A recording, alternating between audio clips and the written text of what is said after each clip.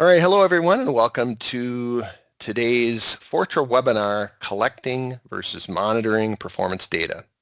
We'll be spending the next hour or so talking about collecting and analyzing versus monitoring and notification of performance metrics and shine some light on how you can be more intelligent and proactive in using this data with two of our most popular tools from Fortra, Performance Navigator and Robot Monitor. Joining me today is none other than Mr. Randy Watson, worldwide expert on performance on the Power server. Hello, Randy. How you doing today? I'm doing well, Chuck. Yeah, thanks for the intro. Glad to be here. Looking forward to walking through, how we can both products work together and help make your life easier about monitoring performance on your power system.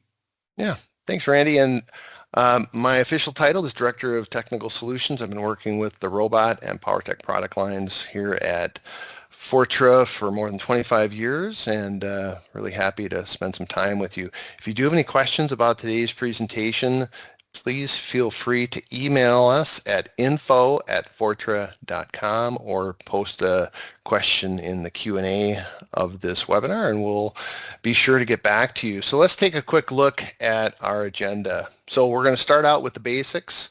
We're going to jump into a little bit of Robot Monitor and Performance Navigator so you understand what the architecture of those tools do and their functionality. We're going to talk about customizing monitors and setting up notification. Randy's going to talk quite a bit about monitoring the frame because it's more than just IBM I these days, especially if you have VIOS or possibly even Linux running on the Power server. And then we're going to do a side-by-side comparison, the benefits of using Robot Monitor and Performance Navigator together. All right, Randy, let's talk about basic performance analysis. And Randy, I'm going to turn my camera off just to save the world some bandwidth. I'll do the same. All right. There we go. All right. So let's talk a little bit about the basics. And we've all been through this in our careers, haven't we, Randy? It's, sure. What do you do when you get that call that says, okay, the system's not responding? It could be batch run times are way up, response time is really poor, maybe response time to the GUI interface is bad, and you start executing some green screen commands, no doubt, like work active job, work system status, work system activity, possibly. IBM has some additional built-in menus like Go Perform. Some folks will jump over to Navigator for I, possibly even jump into the Performance Data Investigator, PDI. I've taken the approach that, you could just stop answering the phone as well. I might have done that. That is an option. Yeah. So then you start thinking, well, where's the bottleneck? Should I move more processor to this particular partition if you're in a multi-partition environment? Is it disk I/O related? Maybe memory if you're running a Java process. For instance, maybe you're running Enterprise 1 or something. You need to assign more memory to that particular partition. So how do you address this? How do you address the issue? So having that insight into where the issue exists helps you to address what the real baseline problem is or the root cause. And how do you prove that? Because people are going to come to you and they're going to say, what happened last night between 2 a.m. and 5 a.m. that caused this issue out on the shop floor? Exactly, Chuck. You and I both get engaged in problem determination services. And as you mentioned, 99% of the time, everybody's going to blame the hardware until we prove it otherwise. And Randy, on that topic, how about the application? Right? And, my experience is, and I have a couple of years, right, in the field, is I'm going to say roughly 70% of the performance issues are application related.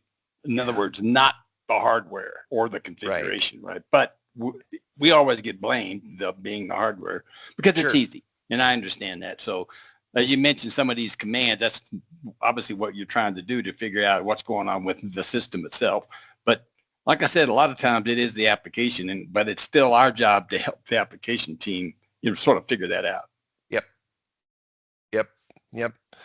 All right. So let's dive into a Robot Monitor and Performance Navigator a little bit, just to introduce you to the technologies and just to start out, where do these products exist in the robot product line? You know, the robot product line's been around for over 40 years now, starting with a single product called Robot, which was a job scheduler for IBM.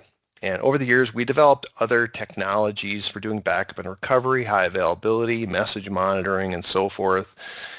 And we've expanded our performance monitoring technology with Robot Monitor, Robot Space, AutoTune, and so forth. And then likewise, adding Performance Navigator really rounded out our product line because it gives you that historical performance analysis as well as capacity planning technology. And that's really where Randy's expertise lies. But let's start talking a little bit more in detail about what Robot Monitor can do for you in terms of being proactive rather than reactive. So Robot Monitor has been part of the robot product line for more than 10 years now. The technology's been out there in the IBM world for, man, maybe going on 25 years, 25 years, but we've put a lot of research and development into this technology over the last 10 years, modernizing the application and also bringing in other operating systems that run on Power. We're not in just an IBM world. We're in a VIOS, AIX, and Linux world on Power now. So incorporating those operating systems into the monitoring and notification technology is very important.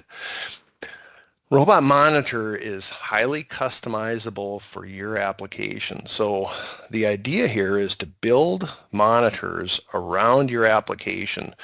So going beyond just performance monitoring, but also all the work management components that support your application.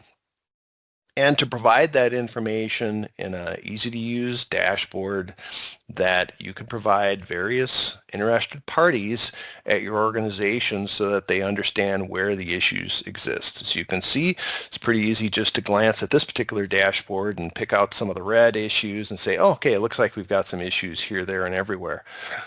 A couple of specific monitoring technologies that we'd like to point out is, for instance, you could wrap monitoring around your ODBC and JDBC requests, incoming SQL payloads. We could even put some monitoring around BRMS or Power HA or even Mimics. So like I said, this is more of an application as well as performance monitoring technology. And the architecture looks like this. So Robot Monitor would be installed on each of your IBM partitions, whether they're IBM, AIX, VIOS, etc. Robot Monitor would be running on each of these partitions, collecting its performance data that you have set up or that we have by default shipped with the product. This performance data is sent up to a central Robot Monitor IBM partition. So the data that we collect is stored in IBM in DB2. The graphical interface that's used to view this data is installed in Windows, and it pulls that data from that central Robot Monitor IBM partition. Likewise, even if the GUI isn't being displayed on anybody's desktop, we're still collecting the data and analyzing it and comparing it to thresholds. So we've got several ways that we can send out threshold notification. We could, for instance, put a message in a message queue and any message monitoring technology could pick that up.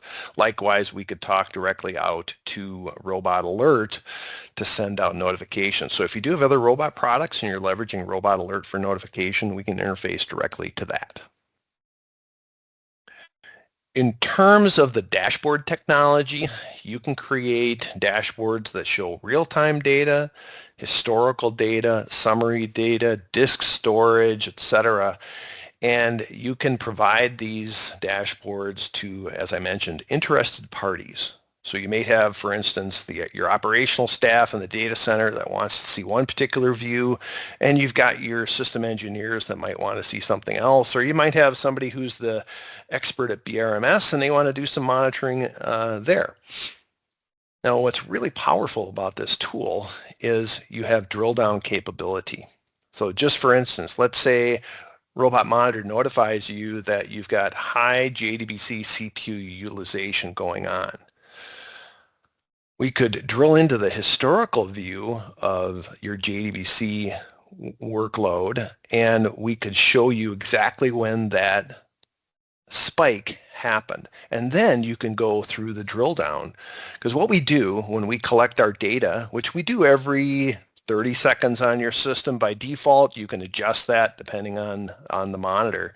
We collect the top jobs that are consuming CPU, the top jobs that are consuming I/O, the worst response time interactive jobs, as well as the jobs that are consuming CPU due to SQL.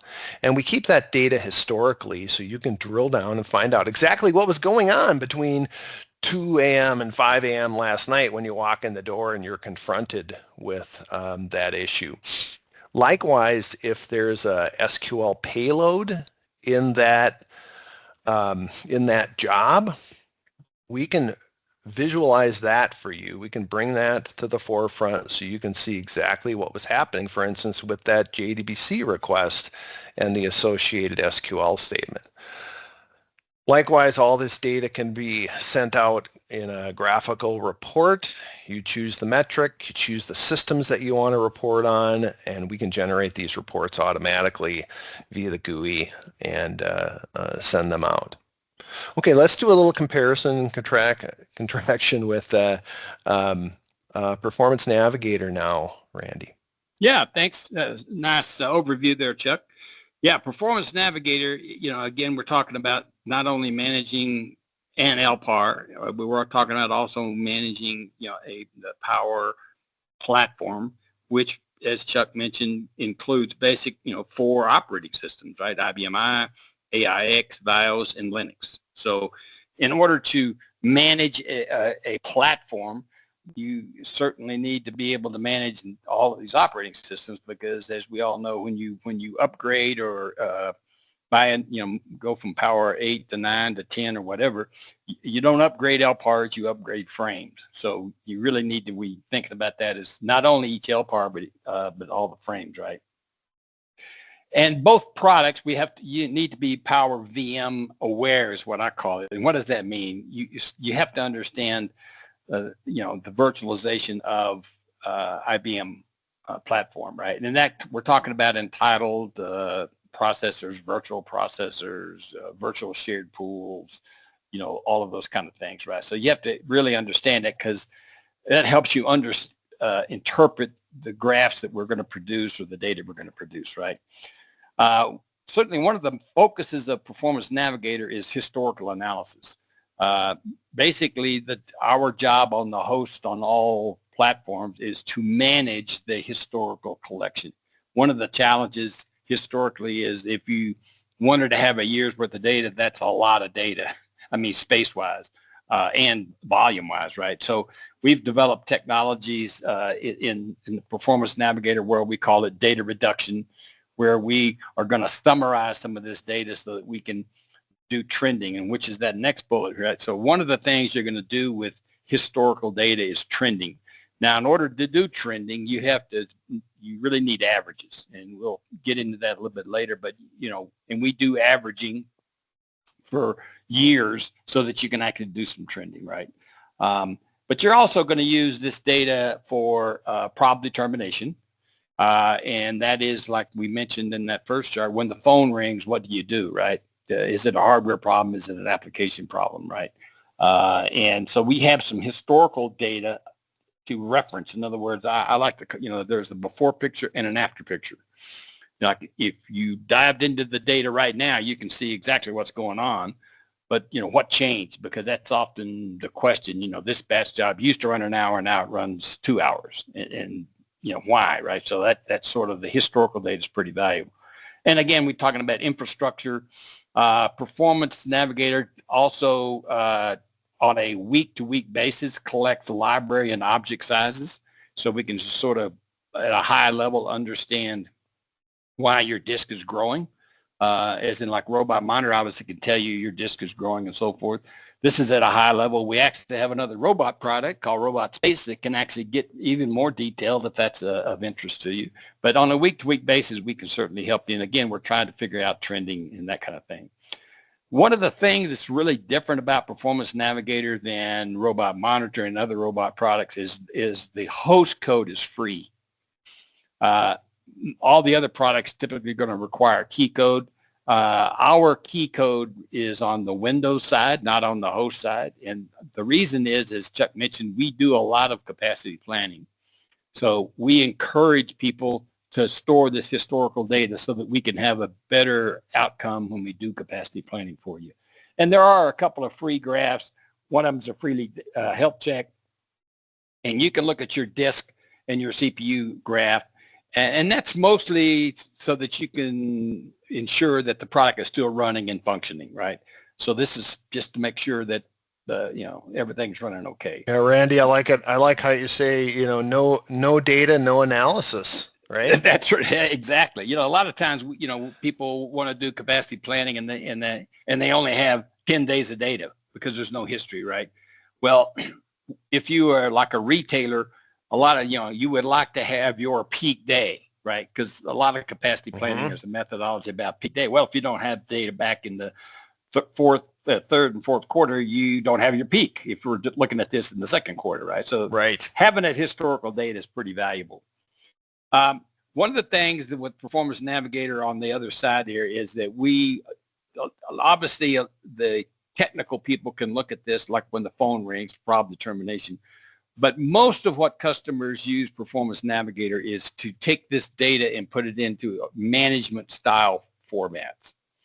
And you can do it by the frame, by the enterprise, and we'll give you a couple of examples of that. But it's all basically HTML based. And so you can save this in an HTML and point them to a folder where they can look at it from a browser. And again, this is all historical data, and I can give you some, we'll give you some examples there. Now, the other key thing is, in getting back to that question about what if we see that the hardware is not a problem, but we think it's an application problem, one of the things we also do historically is track every job and every user in terms of the resource consumption consumed, right? Like how much, on average, how much CPU does this job do? How many IOs does it do? And we get pretty detailed, like there's 3 different kinds of IOs. How much faulting is it doing? That kind of thing, right? So it really helps you help the development team understand the resources that are consumed by every job and every user. So that's one of the things we also keep track of. And as Chuck mentioned, obviously one of the issues, a lot of applications today use ODBC, and there is this concept called current user. ODBC is a server job, so that job can service a lot of different people in its life. But there is a thing called current user, which we also track. But it's more difficult because it is a server job, but it's necessary because a lot of applications today use ODBC as their connection mechanism to that back-end data. And if we also look at weight buckets, if you're familiar with weight buckets, we just got that in bold print there. A lot of issues with applications, you want to get into weight buckets. But if there's a hardware problem, that'll show up as well. That is in the collection services data, so we can just easily point and click and show you those weight buckets. And as we mentioned, or Chuck mentioned, we do a lot of capacity plans. The thing in this 1 hour video here, there's not a lot of time to talk about it, but it can get complex because when you do capacity planning, not only are you talking about potentially going from one technology to another, like Power 9 to Power 10, but you're talking about server consolidation. And it's going to be different. The answer is going to be different if it's an on-prem direction versus going into the cloud. And the reason for that is, commercials. How much does things cost, right? So the analysis and the configuration will be different. So it is actually getting, I'm going to say, more complex in some sense with capacity plans because you got a lot of options. And one of those options is PEP2, which is Power Enterprise Pools 2, which is the second version. We can actually do that analysis for you. That is basically where you're getting charged about the minute for IBM licensing and AIX licensing and Linux licensing across multiple frames. So you can see that can get a little bit more complicated, but it certainly can lower your cost of acquisition and lower your cost of operations, right? So it's a complicated analysis, but we certainly provide that. Virtual shared pools is one of the ways you can control. That's a Power VM feature. And then nowadays, obviously, they no longer, certainly on the lower end, you buy a permanent license for IBM. It's all subscription based now. Yep. So that also changes the commercials. So again, when you're doing this capacity planning, ultimately it's answering, well, how many cores do I need? How many subscriptions do I need, right? And then, of course, it's not just CPU. We have to, oftentimes, when you upgrade a machine, you're changing disk technology and memory analysis and that kind of thing. So it's pretty involved, complex, and so we do a lot of the services. But just like Chuck, here's the architectural slide. And as for IBM I and AIX and Linux, so IBM I, we are using collection services. All the data goes into our library called MBG Lab. And again, that's our basic input. We do have a few extra jobs on the job schedule that can check disk space for information and like IFS space, historical stuff. But those you typically only use run once a week or once a month. On AIX and Linux, it is NMON.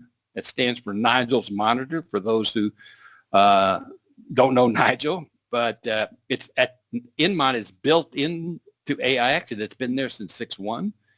Linux, there is an open source version of that, which, by the way, Nigel still is involved, even though he's retired, in maintaining. And that also obviously worked with VIOS, because VIOS underneath is basically AIX. But there are different switches that you use in BIOS versus just a production AIX, so that's how that works. And as in Perform Robot Monitor, the visualization of this is from a Windows program, and we'll give you some demo there, but that's the visualization of all this. For IBM I, we use ODBC to connect, so the data is stored on every IBM I. Unlike Robot Monitor, which has a centralized storage repository. For AIX, it is stored on each individual, but we have mechanism to send that to a central location of your choosing. Usually that would be like a Windows shared drive or a NEM server for those AIX people that are listening. And that's where the Windows GUI has access to that data.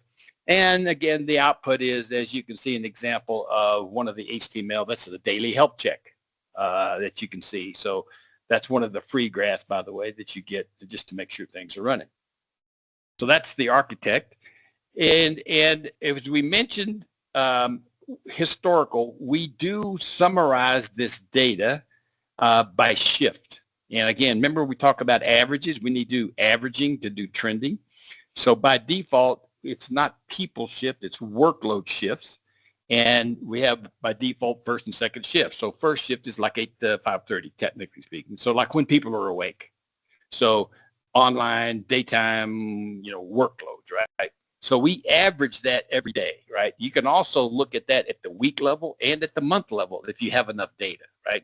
Second shift, is you'll notice, is the batch cycle. So it actually lapped over a day. So it's from 7:30 to 8 o'clock in the morning. So that's your batch cycle, so to speak. That's when I call it workload shift. Now, because we have all this history, the GUI interface, and we'll kind of show you that during the demo at the end here, but you have to have the ability to drill up and down. And then when we say that, we're talking about viewing it by week, by month, by date. And then you have to be able to zoom in and out, because if you've had this product installed for years, you have lots of data. So maybe you don't want to look at 2024. You want to look at 2025. So you have to be able to zoom in or zoom out. And we do collect this stuff by time. And we'll talk about collection services. The default's 15 minutes. As you certainly can change that interval level. So once you're at the time level, you're looking at a 24-hour day. And you're looking at 96 intervals by default, right? There's 96 intervals, 15-minute intervals in a day. But once you're down at the time level, we have little green arrow buttons. You can just scroll, like, scroll from Wednesday to Tuesday to Monday to Sunday. You just scroll through the data, so to speak, was your time graph. On the right there, you can see there was a little picture of the menu. Yep. Oh, yeah. And there's there's a lot of metrics here. So this, if you think about, we have graphs, okay, which are going to generate a JPEG or a view it. And typically, if you're going to either look at it, which is fine, if you want to, you could save it as a JPEG to send to somebody, each individual graph. You could save the data as a CSV if you wanted to save the data and put it in your own Excel spreadsheet for some reason, right? But as you can see, there's a lot of data. There is, literally speaking, there's over 1,000 graphs. Right. And it's grown that way mostly because of problem determination, right? You need a lot of data sometimes to answer a problem. So that just gives you the graph menu. But then we talk about current day here. So again, all the historical data is in MPG Lab, which we update right after midnight. So all that historical data, if like today is on a Wednesday, and our historical data is up to yesterday. Could be years, could be days or months, or could be years worth of data, right? Is up to yesterday. But if the phone rings, you might need access to what's going on today, up to the last interval. Right? Again, up to the last 5 minutes or 15 minutes, whatever the interval is. And that is the current day tree, if it were. So there's probably 250 or some odd graphs here with all these metrics. So this is a graphical interface over the raw performance data. So think of it as very much like Navigator for Eye, if those have used that to look at the data, because you can use Navigator for Eye to look at this data as well. It's just we have a menu system that makes it easier and quicker to go look at. And so, and we'll show you by default, as you mentioned, the default is 10 days of data. So if you need more than 10 days of data, in other words, you're migrating, let's say, from one application to another, and there's a lot going on, you can easily change that if you do a go perform option 2 and option 2 and F10, and you scroll down and you can see where that's called standard data retention, and you can see the default's 10. So a lot of our customers may say 15, 20, or 30 days. So it's really dependent on how far back do you want to go if you're doing a lot of problem determination, right? If things settle down, 10's probably fine. But if you're in some migration mode, maybe you want to increase that. So that's sort of how the collection service. Randy, are you going to show that during the live demo? I will. Absolutely, okay. Chuck. So right, the other thing is reports. So you got the graph output. Think of reports as a spreadsheet-like window. And when I say spreadsheet-like, there's an example right there. You can see, you can click on any column, it'll sort. You can highlight columns. You could click on a field, and we'll go back historically. So for example, what we're looking at here is give me a monthly summary. And again, remember we talked about profiling applications in terms of their resource consumption.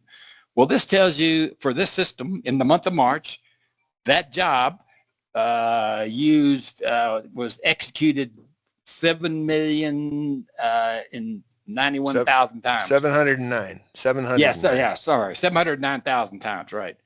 And maybe that's necessary, maybe it's not. But yet, look, QZDSONet, 434 times. Now, that is for those on the phone, that is your ODBC job. So anybody doing ODBC or JDBC, that's the job that you're actually using.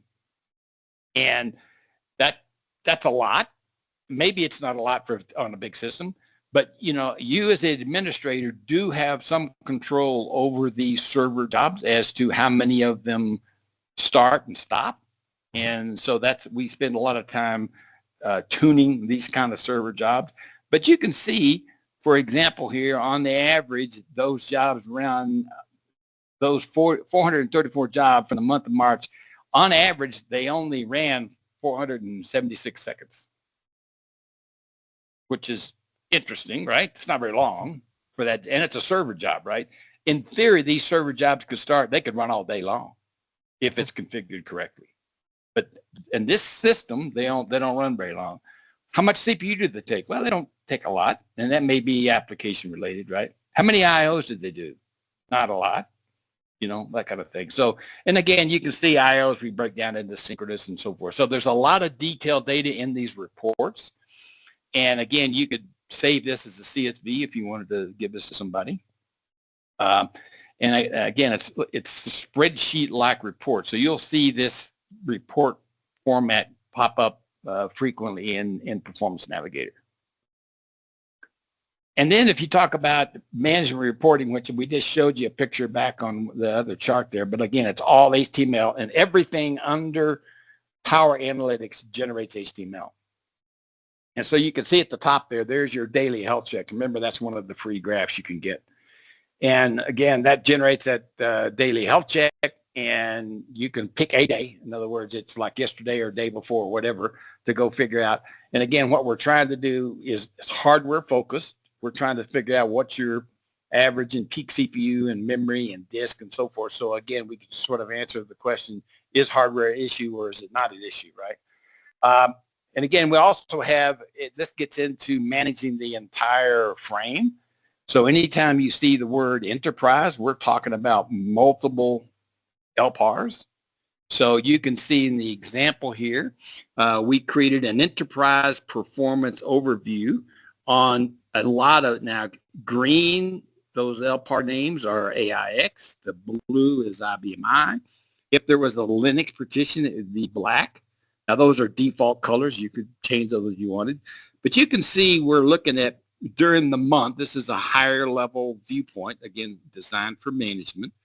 On a monthly basis, what's your average CPU? What was your highest daily CPU? And what was your peak interval? And I think more important is the growth rate. What does your 6-month trend look like? Now, of course, you have to have 6 months. So a manager can say on that partition, we're growing based on the last 6 months at a 5% clip. And that gives you some insight as to, well, are we running out of, this is data you would use in a capacity planning exercise. And of course, we look at disk response time, same thing, average, peak day, peak interval, trend, and anything going on with memory. And you can see, like in the IBM, you'll see it changes colors. So you can see that one machine there has disk issues and some potential memory issues. And those basically are saying it's above a guideline. So the product does have default guidelines, which you can change, but that's basically saying, hey, this is above the guidelines, so maybe somebody should go look at this. So in that case, maybe performance issues are hardware related in terms of disk and memory. So that, and again, there's a lot of that stuff. So, and you can see here's another just hardware summary. This is just a nice, I use this all the time to help me understand the data I have and the data I don't have. So for example, you can see in that second LPAR, there is one active core, there's one IBM license, and there's 3 LPARs configured. And you can see I only have data on 2 of them. So actually I'm missing an LPAR. Now, that LPAR may not be started. That number comes from the HMC. So somebody has configured 3 LPARs. I only have data on 2 of them. So it just tells you, hey, I'm missing some. It may not be important or it may not even be up. Could be a flash copy partition. It could be VIOS. It could be other things. But it tells you how things are configured, which again, this is a report that I would probably run, once a month because certainly things change all the time. And you can see like virtual shared pools. And if you are in a virtual shared pool, this has a lot to do with licensing and whether you're compliant or not. So I can tell a lot just from this report about how your machine is configured and resources-wise without getting into performance. So this is yet another example of a management report. Now, we also have a dashboard. But unlike Robot Monitor, which is real-time and dynamic, think of ours as a historical dashboard. So we have this framework, we call it a dashboard, where you can certainly customize it to with your company logo and so forth. But all those reports that we just looked at, like your enterprise performance overview, your daily health check, your enterprise hardware summary, any of these HTML documents, basically, if you want to store those in a shared drive somewhere, and we can do that automatically, you just tell us where you want to share it, then we can give this main dashboard to anybody in your corporation, like management team or application team, whatever. And you can see there, you can actually click on a frame, and then you click the frame, we're going to show you the what the LPAR names are, and you click on an LPAR, and if you've run a daily health check, you'll see a link for the daily health check, and they click on it, and they'll see the report. So this is think of this as a historical dashboard that makes it easy for other people other than the technical people that are actually generating this stuff access to all these HTML outputs. Right. So that's easy way to share that data. Exactly.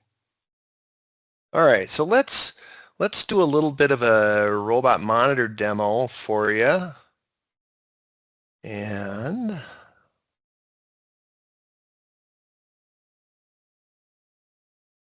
one second. There we go. Okay. So what you're looking at is the robot monitor graphical interface, and currently I'm in a dashboard slideshow mode. So we're navigating automatically through multiple dashboards. You've got an unlimited number of dashboards that you create. And for whatever interested parties are out there, for instance, somebody who is more into the infrastructure, like for VIOS, they might be interested in seeing that information. Or here's a storage dashboard. We can see live. Here's where our storage exists. But here's our historical storage for these partitions. And, well, look at this. We've got the last few hours of CPU and batch CPU and JDBC CPU, and then here's just kind of our overall, here's what's going on in terms of our production environments. So I'm going to stop the slideshow because, first of all, I need to investigate something. We had a little spike here, and we had a call, and there was a bit of a complaint.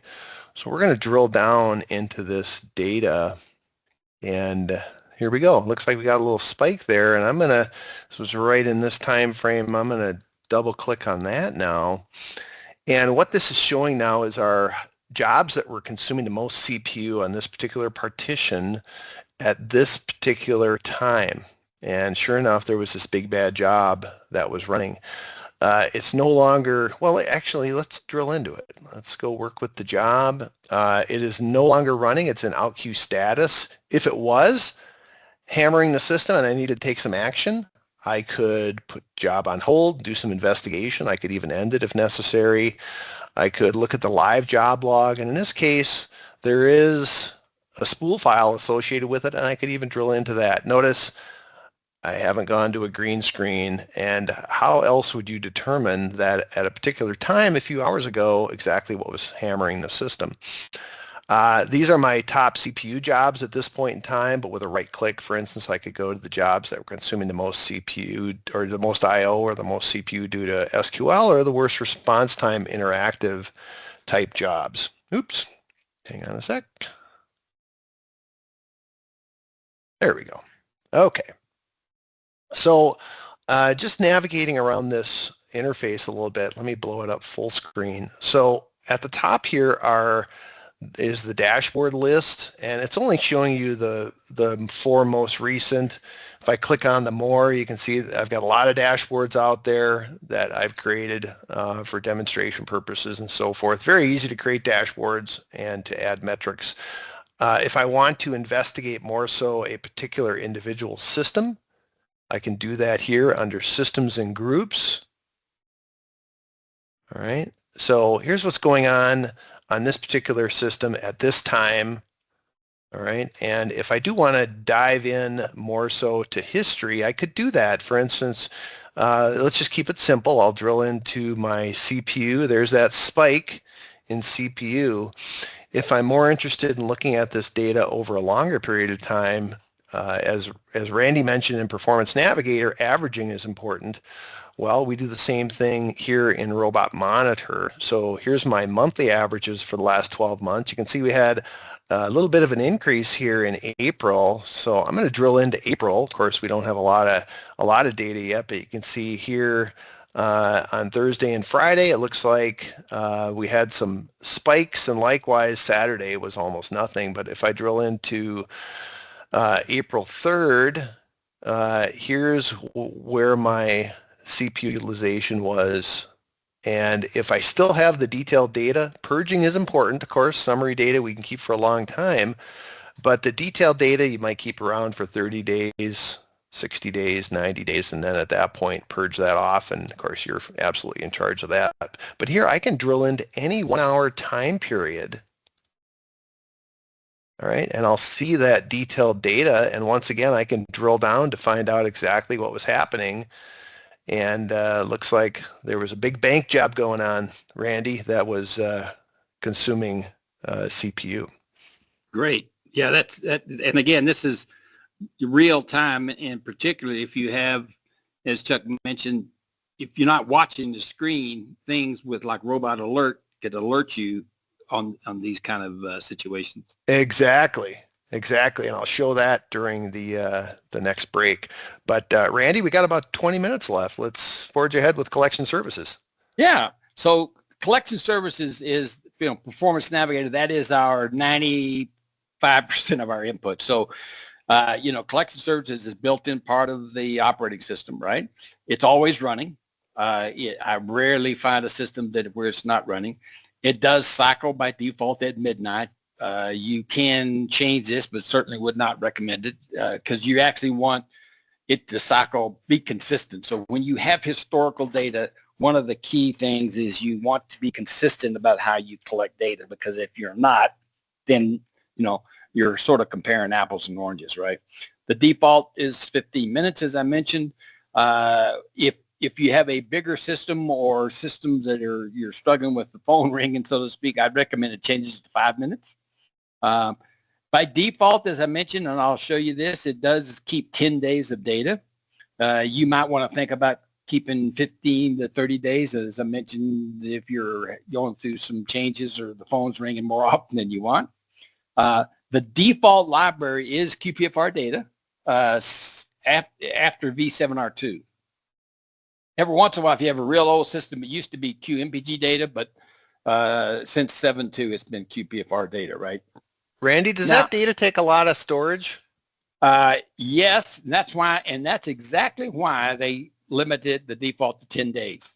Because if you collected a year's worth of data, that could be one of your biggest libraries. Because collection services is gigs of data, right? Sure. And that's the reason why you want to minimize, Now you think about if you increase it from 10 to 30, right? Okay, so you just increased your disk space 3 times, and let's say it's not that bad, right? If you change it from 15 minutes to 5 minutes, you just increased it 3 times again. Oh, yeah. Yep. So it can take up lots of data, which is why IBM does purge this. And by the way, it purges itself when it cycles.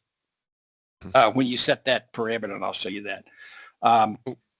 Yep. Oh, sorry. Yeah. So anyway, so the current, so as far as the upgrade, and Chuck could tell you the same thing about Monitor. Obviously, we're continuing to develop these products, right? Yep. So we recommend that you upgrade the host care probably once a year. Most likely, it's because of support, OS support releases, right? So today, the current version is 7.5, right? So you download the current version, which is 1906. It does support 7.5 all the way back by default to 7.1. If you have older versions for an old machine running around somewhere, you can call us. We could actually support those, but just the default install goes back to 7.1. Currently, the new one, we are going to release 19.07 here in a month or so.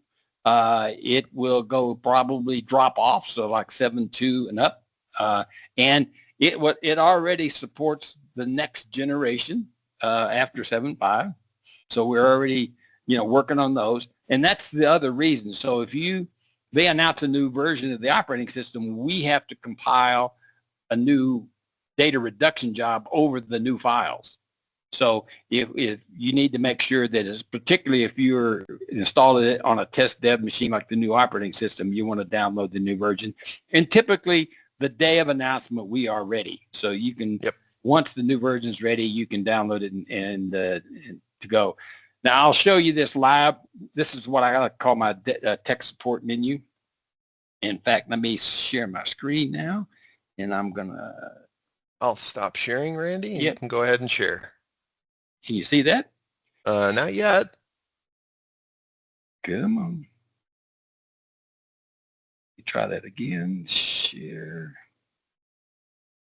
All right, coming up. Hey, we got it. There we go. Okay, as I mentioned, it's Go, MPG Lab, and again, that's where our historical library is, and it's PerfNav, Short Performance Navigator.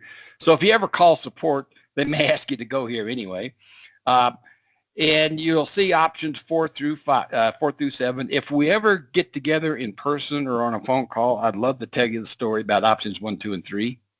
That's a great story. But mostly what you're talking about is option 7, and that's the status, right? And so we're going to look at status. And of course, it tells you the collection services is active. There's technically 2 jobs involved with collection services. One of them is QZ, which is the job that collects the data, and then there's QPFR data, which actually takes that data and creates all the performance files. All that data goes into QPFR data. There's 19 members, and you'll see version 7.5, and this is the history. So on this machine, because this is a new machine, we only go back, a few months here. Because this is one of our development machines. We play around a lot here. Now, this is in this library, right? So this is only like 10 days of data, right? As you can see, the default, it's about 10 days. 7.6, our historical data actually goes back to 2017. And again, we don't take up hardly any space because if you think about summarization, there's only 2 records a day, right? First shift and second shift. So this gives you an idea of this. Now, the one thing I'll show you real quick, that what do we do, how do we manage the historical collection? And it is with these jobs we place on the default job scheduler. And they all start with PerfNav. The DR stands for data reduction. That is the job that does all the magic, so to speak, the averaging and so forth. It by default runs 30 minutes after midnight.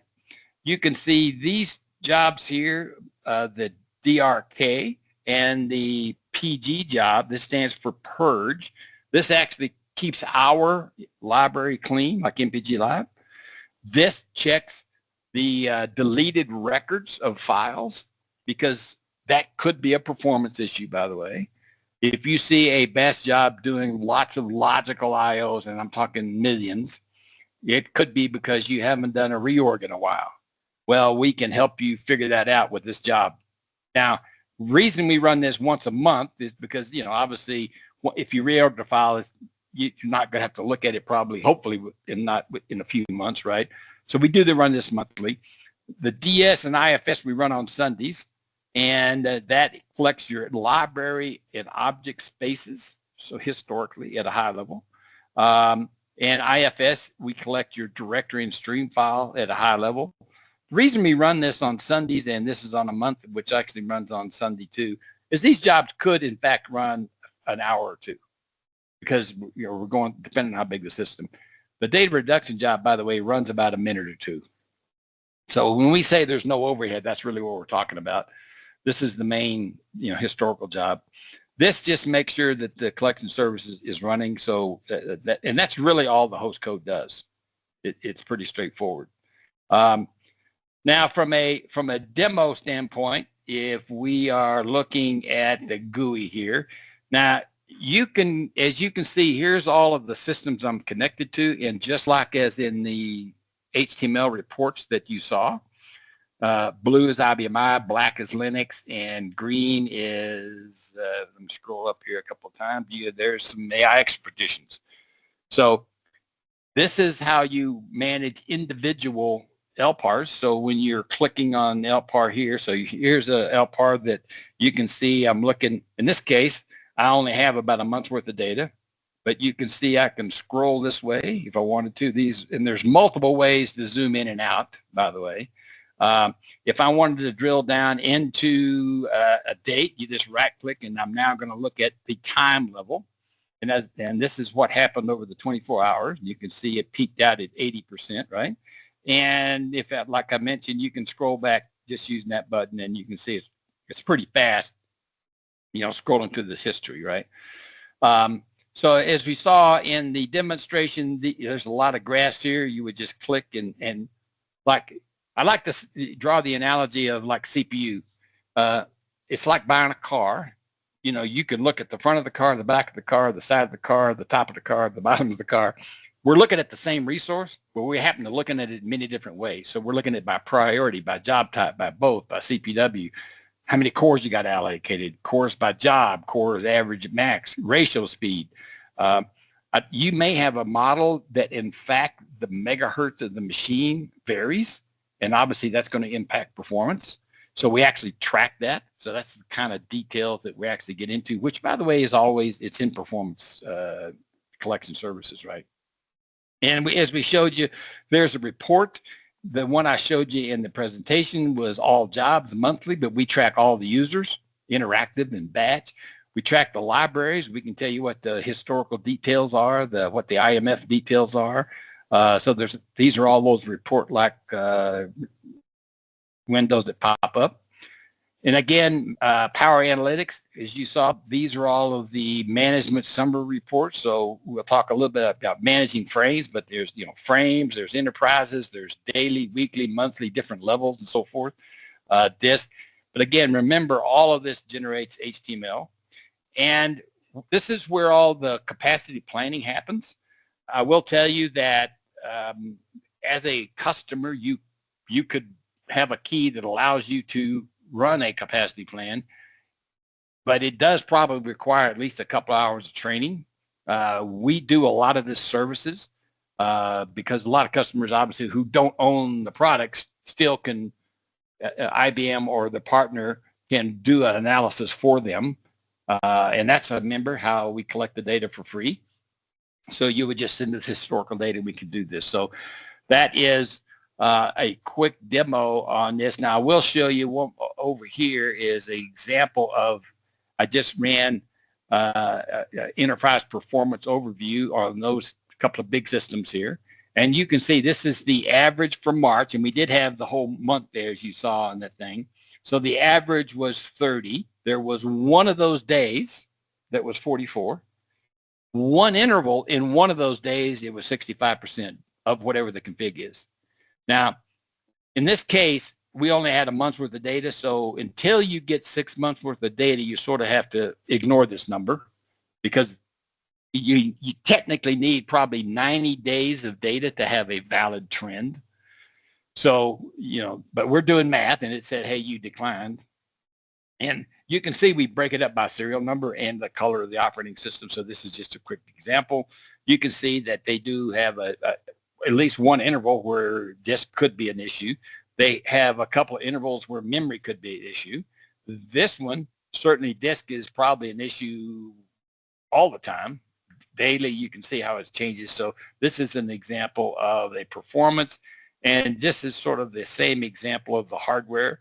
Now, what's interesting is you can see that I've had this total frames be in the 10, 20 range, 30 range. I had this being hundreds of LPARs. So this is a nice, if you're at a really big shop, a nice one-page summary for the upper executives to say, well, how many frames do I have? How many LPARs do I have? How many CPW do I have? How much of it's allocated? How many cores do I have? Because that's important for licensing usually. How much disk space do I have in the whole enterprise? And how many versions of the operating system am I running, and how many models am I running? So this is a one-page executive, but behind this is a detail for how many LPARs and how they're configured on every frame. So if you had 100 frames, you would have 100 of these things with all the LPARs in it. So, the bigger the system, the more interesting this is. But this is just a couple of examples there. Well, and thanks for the examples, because what we're going to do now is we're going to transition and do a little bit more contrast between doing forensic analysis using Performance Navigator and doing customized monitoring and notification using Robot Monitor. So let's dive into that next. So one of the things I want to point out is that all that data that you see in Performance Navigator, all that is being collected by default, and all the graphs and charts and reports, that's all pre-created. The beauty of that is, of course, you don't have to spend the time creating that that output. You have to spend the time doing some analysis, and of course, Performance Navigator helps with that with some guidelines. With Robot Monitor, the role is a little different. Now you're customizing the monitoring, and it is monitoring around not only the system, but also the application. So we've got more than 100 built-in IBM I monitors that you can customize. And likewise, we have built-in monitors for VIOS and Linux and AIX and so forth. So I wanted to take you through just a real quick demonstration of how to create a monitor in Robot Monitor. All right, so first of all, I do need to log in. We do have security built into this tool, so not anybody can go out there and create one of the monitors that could, or change one of the monitors that's out there. All right. And once you log in, you will see that there is a configuration and then data definitions option. All right. In my environment, I've got hundreds and hundreds. I probably have 1,000 different monitors that we've created over the years.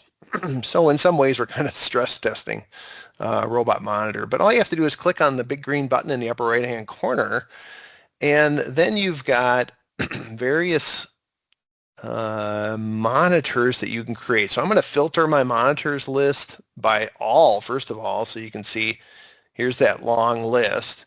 But for instance, if I wanted to more so focus on job performance, all right, so what constitutes job performance? Well, maybe CPU seconds per transaction, overall CPU usage, database CPU usage, maximum runtime, response time, and so forth. So for instance, if I'm going to create a CPU usage monitor, I might say, okay, I want to monitor just my banking subsystem, and I want to total up the total CPU used by the banking subsystem. All right, and I've actually done that. So I'm going to search through my long list of monitors, and here's my various monitors that I've created for banking. First of all, I'm going to monitor the total CPU used for banking, and I'm going to drill into the properties here, because associated with any customized monitor, you can also set a threshold.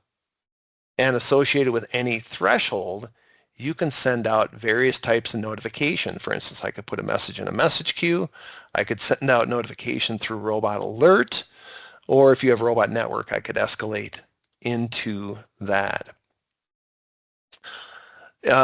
So I really look at monitoring in Robot Monitor as looking at two different things. I can look at kind of a performance metric.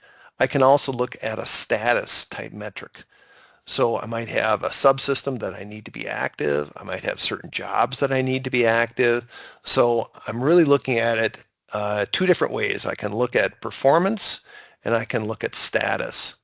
Likewise, in Robot Monitor, of course, you saw thresholds. Here's my list of thresholds across my production IBM I environments that is telling me where I might have issues. All right, so that's a little bit of comparison and contrast between Robot Monitor and Performance Navigator. With Robot Monitor, you've got total customization over colors and thresholds and dashboards and so forth. And I will mention that, as Chuck mentioned, our input is collection services, which is either 15 minutes or 5 minutes.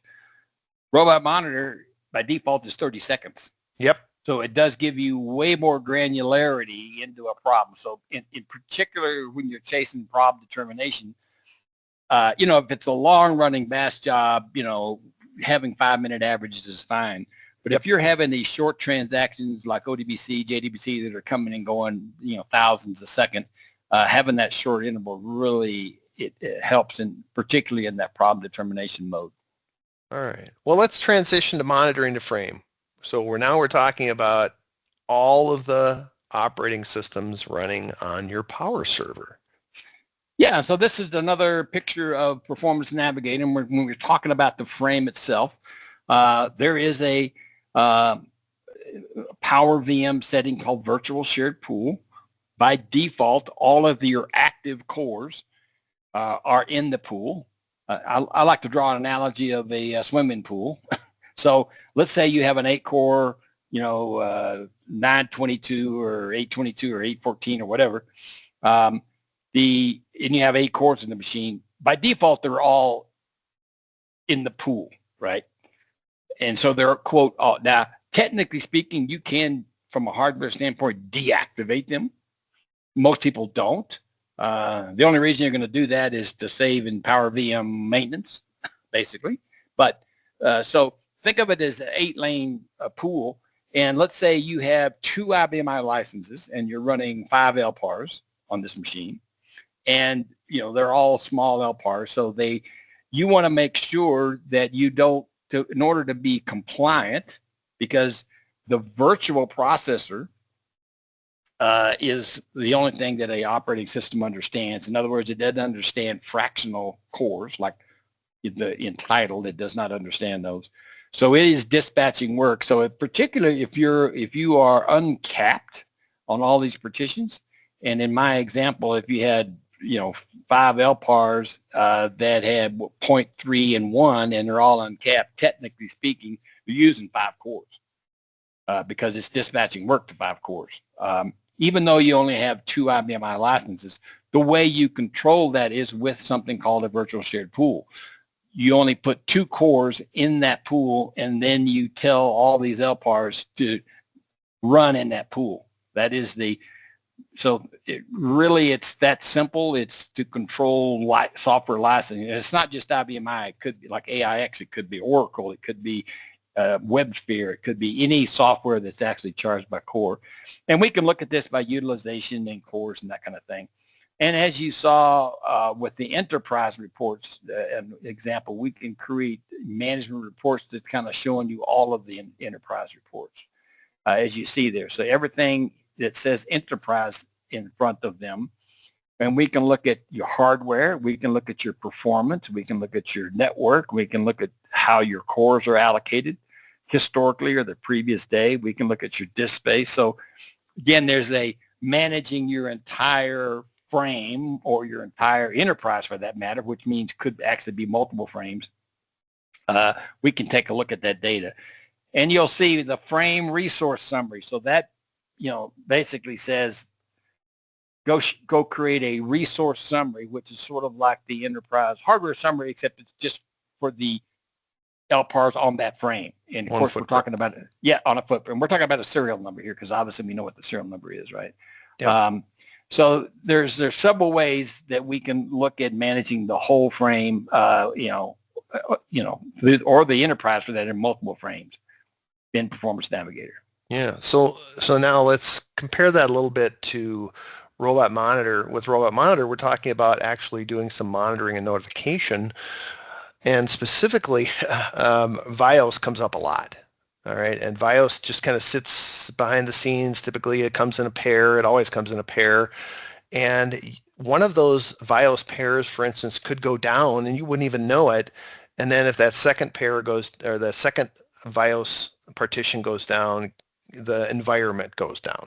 All right, because that's providing all the virtualization for disk and network access. So we have many metrics available, some of which are built in by default. All you have to do is install the VIOS agent on the VIOS server, and we'll start monitoring, and we'll give you that visual that your VIOS environment is healthy and happy. And if it's not, of course, we're going to let you know that you might be having, for instance, even a CPU issue. I just heard this recently from a customer where they had their VIOS environment was just chewing up CPU and they didn't know why. Of course, they also didn't have robot monitors, so they didn't know why they were having a performance issue, and they finally were able to detect that. So monitoring the frame, critical, and doing some analysis there. So Randy, let's wrap up here talking about the benefits of using these tools together. Yeah, All absolutely. Right? Yeah. So basically, if you go right down to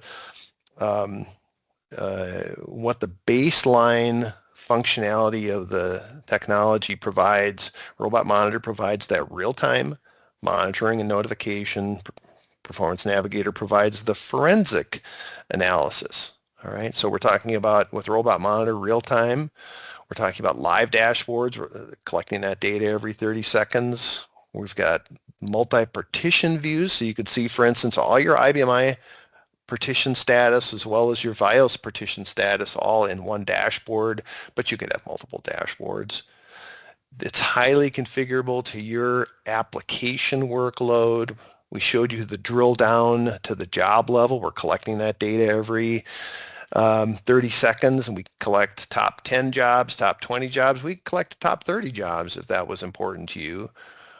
Monitoring all the operating systems running on Power. There's also a PTF comparison feature, which is really kind of unique to Robot Monitor. You could, for instance, compare all your PTFs applied across to all your IBM or AIX or VIOS partitions, or Linux for that matter. And you could compare, for instance, do they match? Are there some mismatches between partitions? Are all these partitions on the same operating system level? If they are, maybe they should be. Or maybe you have a particular partition where you do your testing of PTFs and then you roll them out to your production partitions, and at that point they should all be equal. So we give you that comparison feature.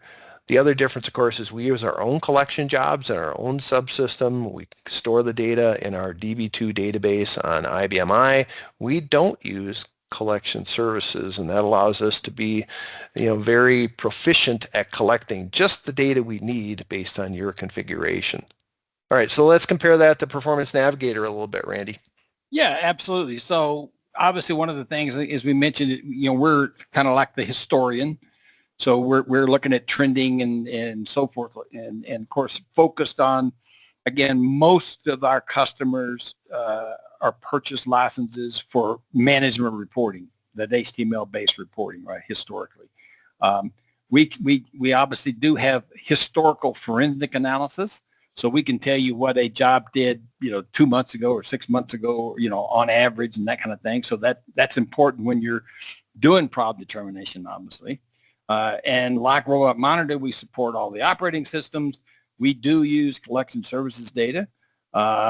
And of course, we have this exclusive what-if analysis, which I'm going to say we're really the only ones that can do detailed capacity planning analysis, as we mentioned, whether you're going to the cloud or you're doing on-prem or you're doing Power Enterprise pools. We've seen it all because we do this all day, every day. So that's part of an exclusive function that we have in Performance Navigator. And again, I'll give you one example, and I'm working with a customer currently who is converting systems from a non-ODBC application to one that's heavily ODBC. They are a Performance Navigator customer. And we're tracking, we know through Performance Navigator historically what's going on with ODBC, but they really need to understand at a moment's notice what's going on. And that's where Robot Monitor, for example, would give them that 30-second interval and could drill down into the SQL statements and so forth. So we do have many customers who have both products running because they really do, two different things and potentially two different departments, right? If you're a big company, somebody may be just focused on Robot Monitor, whereas Performance Navigator may be more of an admin person versus an application person, that kind of thing. So, yep, but we have a lot of people that have licenses for both. Yeah. All right. Well, Randy, I want to thank you for joining us today. Yeah. It was a lot of fun. I always learn a lot when we get together and talk performance analysis. And once again, if anybody does have any questions, we'd like to follow up with you. Just send us an email at info@fortra.com, and we will be happy to get back to you ASAP. Randy, you have a great day, and everybody listening out there, we appreciate You as your well, time. Chuck, and appreciate working with you. Yeah. All right. Bye-bye, everybody. Bye-bye.